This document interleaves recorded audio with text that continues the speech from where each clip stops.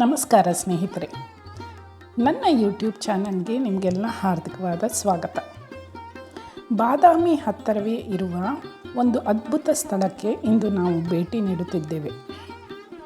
ಈ ಸ್ಥಳವನ್ನು ದಕ್ಷಿಣ ಕಾಶಿ ಎಂದು ಕರೆಯುತ್ತಾರೆ.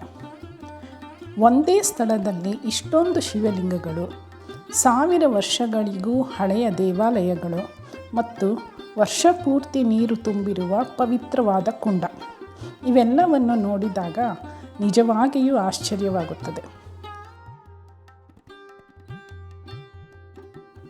ನಾವೀಗ ನಿಂತಿರುವುದು ಮಹಾಕೂಟ ಎಂಬ ಪುರಾತನ ದೇವಾಲಯದ ಸಮೂಹದಲ್ಲಿ. ಇದು ಕರ್ನಾಟಕದ ಬಾಗಲಕೋಟೆ ಜಿಲ್ಲೆಯ ಬಾದಾಮಿ ಪಟ್ಟಣದಿಂದ ಸುಮಾರು 14 ಕಿಲೋಮೀಟರ್ ದೂರದಲ್ಲಿದೆ.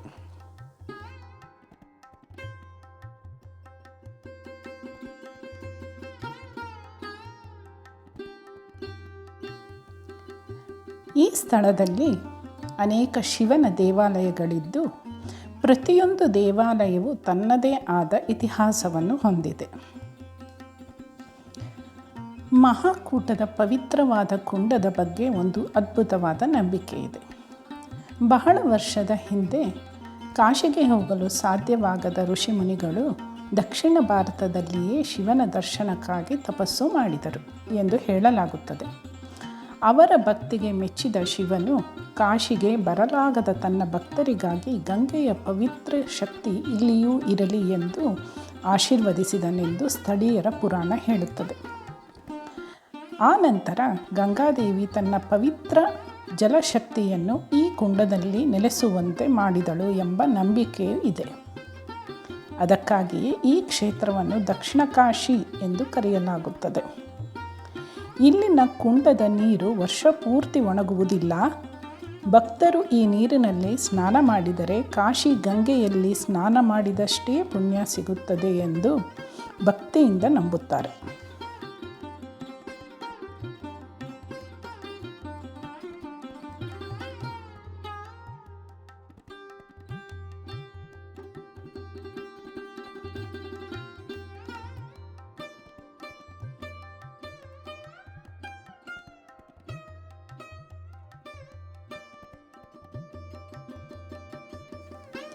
ಇಲ್ಲಿ ಮುಖ್ಯವಾಗಿ ಕಾಣಿಸುವುದು ಚಾಳುಕ್ಯರ ಕಾಲದ ಅದ್ಭುತ ಶಿಲ್ಪಕಲೆಗಳು.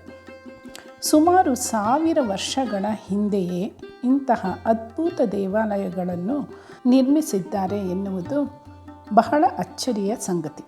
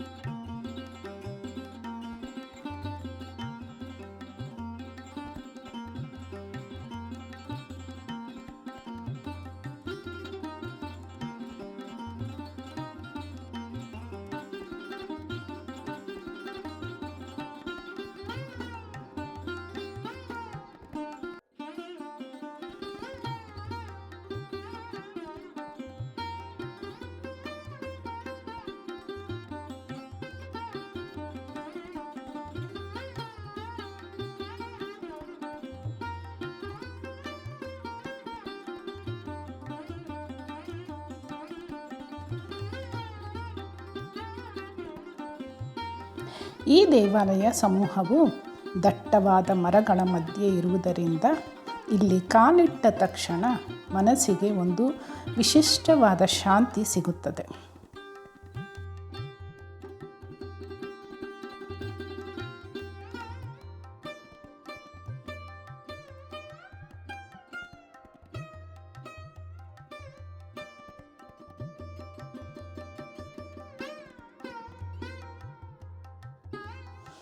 ನಮ್ಮ ಉತ್ತರ ಭಾರತದಲ್ಲಿ ಇರುವ ಕಾಶಿ ಕ್ಷೇತ್ರಕ್ಕೆ ಹೇಗೆ ಶಿವನ ವಿಶೇಷ ಸ್ಥಾನವಿದೆಯೋ, ಅದೇ ರೀತಿ ದಕ್ಷಿಣ ಭಾರತದಲ್ಲಿಯೂ ಕೂಡ ಶಿವನ ಆರಾಧನೆಗೆ ಮಹಾಕೂಟಕ್ಕೂ ವಿಶೇಷ ಮಹತ್ವವಿದೆ.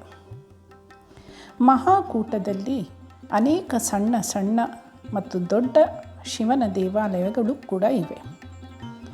ಪ್ರತಿಯೊಂದು ದೇವಾಲಯದ ಕಂಬಗಳು, ಗೋಡೆಗಳು ಮತ್ತು ಶಿಖರದಲ್ಲಿ ಕಾಣುವ ಕೆತ್ತನೆಗಳನ್ನು ನೋಡಿದರೆ ಚಾಲುಕ್ಯರ ಶಿಲ್ಪಕಲೆಗಳು ಎಷ್ಟು ಅದ್ಭುತವಾಗಿತ್ತು ಎನ್ನುವುದು ತಿಳಿಯುತ್ತದೆ.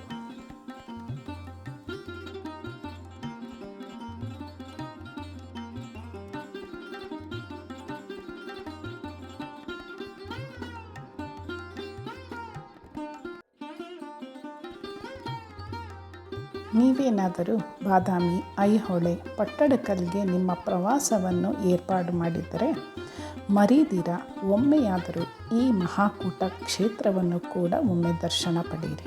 ಸ್ನೇಹಿತರೆ, ನಿಮಗೆಲ್ಲ ಈ ಮಹಾಕೂಟ ಪವಿತ್ರವಾದ ದಕ್ಷಿಣ ಕಾಶಿಯ ಕ್ಷೇತ್ರದ ಬಗ್ಗೆ ಮಾಹಿತಿ ಇಷ್ಟವಾಗಿದ್ದಲ್ಲಿ ವಿಡಿಯೋಗೆ ಒಂದು ಲೈಕನ್ನು ಕೊಡಿ. ಹಾಗೆ ನನ್ನ ಈ ಚಾನಲ್ಗೂ ಕೂಡ ಸಬ್ಸ್ಕ್ರೈಬ್ ಮಾಡಿಕೊಂಡು ನಿಮ್ಮ ಅನಿಸಿಕೆಗಳನ್ನು ತಿಳಿಸಿ.